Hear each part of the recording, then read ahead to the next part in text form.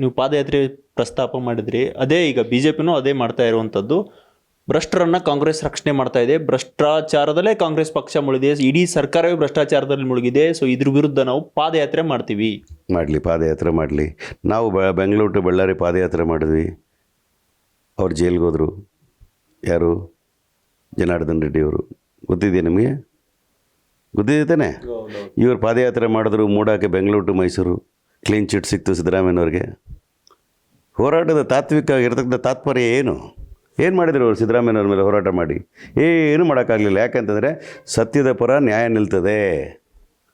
ನ್ಯಾಯ ಗೆಲ್ಲೋದು ಸತ್ಯದಿಂದ ಮಾತ್ರ ನ್ಯಾಯ ಗೆಲ್ಲೋದು. ಇವತ್ತು ಕೂಡ ಅವ್ರು ಪಾದಯಾತ್ರೆ ಮಾಡೋಂಗಿದ್ರೆ ಮಾಡಲಿ. ರಚನಾತ್ಮಕ ಕೆಲಸ ಮಾಡಲಿಕ್ಕೆ ಅವ್ರ ಕೈಯಲ್ಲಿ ಆಗಲಿಲ್ಲ. ಅವ್ರ ಆರೋಗ್ಯ ಆದರೂ ಚೆನ್ನಾಗಿರ್ತದೆ. ಒಂದು 200 ಕಿಲೋಮೀಟ್ರ್ ವಾಕ್ ಮಾಡ್ಕೊಬಂದರೆ ನಾನು ಶುಭ ಹಾರೈಸ್ತೀನಿ. ಚೆನ್ನಾಗಿ ವಾಕ್ ಮಾಡಲಿಕ್ಕೆ ಹೇಳಿ ಅವ್ರಿಗೆ. ಏನೂ ಡಿಫ್ರೆನ್ಸ್ ಆಗೋಲ್ಲ ರಾಜ್ಯ ಸರ್ಕಾರಕ್ಕೆ.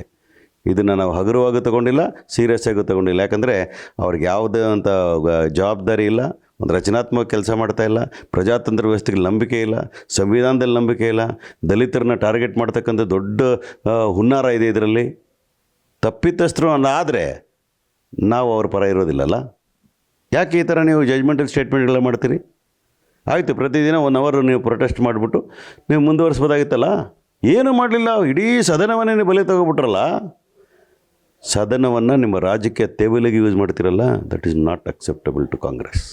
ಈಗ ನಾವು ಪ್ರತಿಭಟನೆ ಮಾಡ್ತಾ ಇದ್ದೀವಿ, ಕುಮಾರಸ್ವಾಮಿ ಅವರು ನಮಗೆ ಸಪೋರ್ಟ್ ಮಾಡ್ತಾರೆ, ಇಬ್ಬರು ಜೊತೆಯಾಗಿ ಸೇರಿ ಕಾಂಗ್ರೆಸ್ ಸರ್ಕಾರದ ವಿರುದ್ಧ ಹೋರಾಟ ಮಾಡ್ತೀವಿ, ನಾಗೇಂದ್ರ ರಾಜೀನಾಮೆವರೆಗೂ ನಾವು ಬಿಡಲ್ಲ ಅನ್ನೋ ಒಂದು ವಾಗ್ದಾನ ಮಾಡಲೇಬೇಕು. ಅವ್ರ ಅಲಯನ್ಸ್ ಪಾರ್ಟ್ನರು ಮದುವೆ ಮಾಡ್ಕೊಂಡಿದ್ದಾರೆ, ಜೊತೆಗೂಡಿ ಹೋರಾಟ ಮಾಡಲೇಬೇಕು.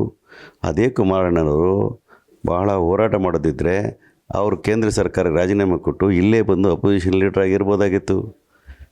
ಎಲ್ಲೋ ಕೂತ್ಕೊಂಡು ಯಾರಿಗೋ ಹೇಳ್ತೀರಿ, ಅವ್ರು ಹೋರಾಟ ಮಾಡೋಕ್ಕೆ ಆಗ್ತಾಯಿಲ್ಲ ಅವ್ರ ಕೈಯಲ್ಲಿ. BJP ಸಪೋರ್ಟ್ ಮಾಡ್ಲಿಕ್ಕೆ ಹೊರಟಿದ್ದೀರಿ ನೀವು. ಮಾಡಲೇಬೇಕಂತ ಅನಿವಾರ್ಯ ನಿಮಗೆ. ಇವರನ್ನ ಅಲಯನ್ಸ್ ಪಾರ್ಟ್ನರ್ ಇದೆ. ಏನು ಡಿಫ್ರೆನ್ಸ್ ಆಗ್ತದೆ ಹೇಳಿ ನೋಡೋಣ. ಎಲ್ಲೂ ಡಿಫ್ರೆನ್ಸ್ ಆಗಲ್ಲ. ಮೊದಲು ಅವರಲ್ಲಿರ್ತಕ್ಕಂಥ 18 ಜನ ಶಾಸಕರನ್ನ ಹಿಡಿದಿಟ್ಕೊಳ್ಳಿಕ್ಕೆ ಹೇಳಿ, ಅವ್ರನ್ನ ಕಾನ್ಫಿಡೆನ್ಸ್ ತಗೊಳ್ಳಿಕ್ಕೆ ಹೇಳಿ.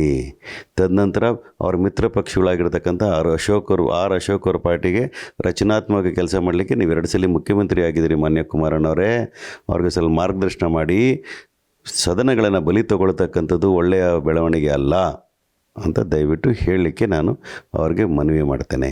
ಈಗ ನಾವು ಪ್ರತಿಭಟನೆ ಮಾಡ್ತಾ ಇದ್ದೀವಿ, ಕುಮಾರಸ್ವಾಮಿ ಅವರು ನಮಗೆ ಸಪೋರ್ಟ್ ಮಾಡ್ತಾರೆ, ಇಬ್ಬರು ಜೊತೆಯಾಗಿ ಸೇರಿ ಕಾಂಗ್ರೆಸ್ ಸರ್ಕಾರದ ವಿರುದ್ಧ ಹೋರಾಟ ಮಾಡ್ತೀವಿ, ನಾಗೇಂದ್ರ ರಾಜೀನಾಮೆವರೆಗೂ ನಾವು ಬಿಡಲ್ಲ ಅನ್ನೋ ಒಂದು ವಾಗ್ದಾನ ಮಾಡಲೇಬೇಕು. ಅವ್ರ ಅಲಯನ್ಸ್ ಪಾರ್ಟ್ನರು ಮದುವೆ ಮಾಡ್ಕೊಂಡಿದ್ದಾರೆ, ಜೊತೆಗೂಡಿ ಹೋರಾಟ ಮಾಡಲೇಬೇಕು. ಅದೇ ಕುಮಾರಣ್ಣನವರು ಬಹಳ ಹೋರಾಟ ಮಾಡೋದಿದ್ದರೆ ಅವರು ಕೇಂದ್ರ ಸರ್ಕಾರ ರಾಜೀನಾಮೆ ಕೊಟ್ಟು ಇಲ್ಲೇ ಬಂದು ಅಪೋಸಿಷನ್ ಲೀಡರ್ ಆಗಿರ್ಬೋದಾಗಿತ್ತು. ಎಲ್ಲೋ ಕೂತ್ಕೊಂಡು ಯಾರಿಗೋ ಹೇಳ್ತೀರಿ, ಅವ್ರು ಹೋರಾಟ ಮಾಡೋಕ್ಕೆ ಆಗ್ತಾಯಿಲ್ಲ ಅವ್ರ ಕೈಯಲ್ಲಿ. BJP ಸಪೋರ್ಟ್ ಮಾಡ್ಲಿಕ್ಕೆ ಹೊರಟಿದ್ದೀರಿ ನೀವು. ಮಾಡಲೇಬೇಕಂತ ಅನಿವಾರ್ಯ ನಿಮಗೆ. ಇವರನ್ನ ಅಲಯನ್ಸ್ ಪಾರ್ಟ್ನರ್ ಇದೆ. ಏನು ಡಿಫ್ರೆನ್ಸ್ ಆಗ್ತದೆ ಹೇಳಿ ನೋಡೋಣ. ಎಲ್ಲೂ ಡಿಫ್ರೆನ್ಸ್ ಆಗಲ್ಲ. ಮೊದಲು ಅವರಲ್ಲಿರ್ತಕ್ಕಂಥ 18 ಜನ ಶಾಸಕರನ್ನ ಹಿಡಿದಿಟ್ಕೊಳ್ಳಿಕ್ಕೆ ಹೇಳಿ, ಅವ್ರನ್ನ ಕಾನ್ಫಿಡೆನ್ಸ್ ತಗೊಳ್ಳಿಕ್ಕೆ ಹೇಳಿ. ತದನಂತರ ಅವ್ರ ಮಿತ್ರ ಪಕ್ಷಗಳಾಗಿರ್ತಕ್ಕಂಥ ಅಶೋಕ್ ಅವ್ರ ಪಾರ್ಟಿಗೆ ರಚನಾತ್ಮಕ ಕೆಲಸ ಮಾಡಲಿಕ್ಕೆ ನೀವು 2 ಸಲ ಮುಖ್ಯಮಂತ್ರಿ ಆಗಿದ್ದೀರಿ ಮಾನ್ಯ ಕುಮಾರಣ್ಣವರೇ. ಅವ್ರಿಗೆ ಸ್ವಲ್ಪ ಮಾರ್ಗದರ್ಶನ ಮಾಡಿ.